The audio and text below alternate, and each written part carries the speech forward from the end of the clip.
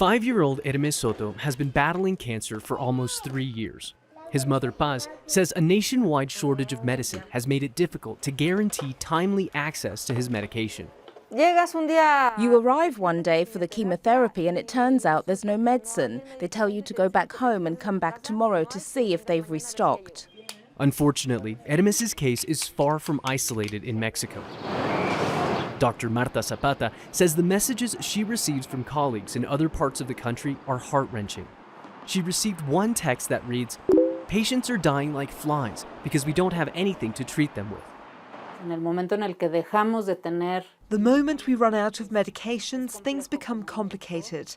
I say this as a doctor, and I can speak on behalf of many of my colleagues, because we've been the ones who have had to show face on behalf of government authorities.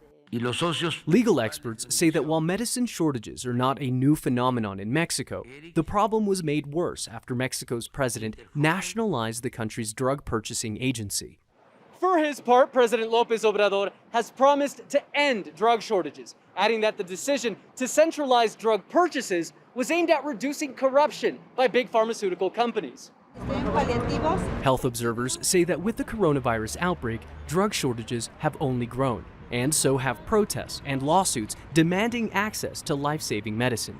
En septiembre del año 2019, September 2019 was when parents first protested outside the health ministry because of a lack of chemotherapy. Sexual diversity groups also demonstrated against a lack of HIV treatments. Some parents have gone beyond protesting. Last year, Lorena Aguilar's 2-year-old son, Evan Omar, lost his battle with cancer due to a lack of medical treatments. She has since sued the government and accused the Mexican president of murder.